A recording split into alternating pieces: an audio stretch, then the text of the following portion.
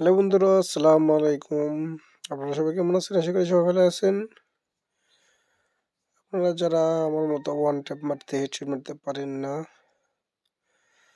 তাদের জন্য নিয়ে এসেছি কিছু টিপস হেডশট সেটিং।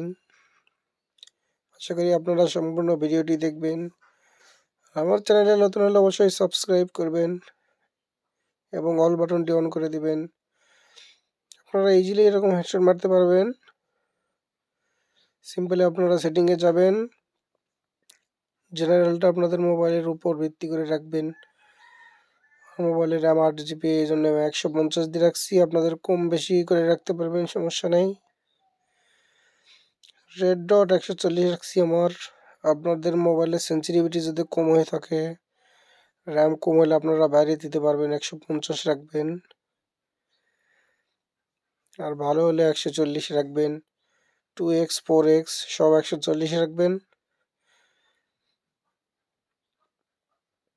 কন্ট্রোলে যে আপনাদের ফায়ার বাটনটি 80 থেকে 90-এর মাঝে রাখবেন, এতে করে আপনাদের হেডশটটা ভালো রাখবে।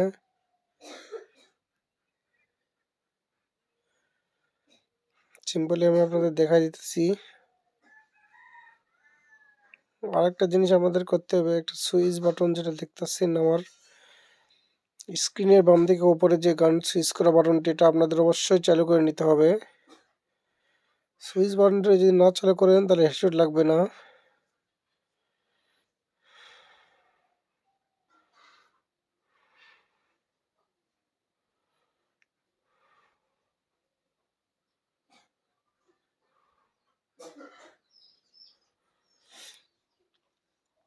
দেখুন আমি সুইচ করতেছি না, সুইচ না করলে কিন্তু হেডশট লাগবে না। সুইচ করলে হেডশট লাগবে, দেখুন হেডশট লাগতেছে না। টিয়ারিং টানলে হেডশট ডেজার্টে লাগে না। আপনারা এনিমির কাছাকাছি এমটা ঘোরানোর চেষ্টা করবেন। এখান থেকে যখনই আপনি সুইচ করবেন, সুইচ করা মাত্র দেখুন হেডশট, সুইচ করা মাত্র হেডশট লাগবে। 100-এর মধ্যে 90% সুইচ করলে হেডশট লাগবে। সব তো হেডশট লাগবে না ভাই, তাহলে হ্যাক লাগাইতে হবে। আমরা তো হ্যাক প্লেয়ার ইউজ করি না, দু একটা মিস হবে। যে মাপ মতো ড্র্যাগ করবেন তাহলে হেডশট লেগে যাবে।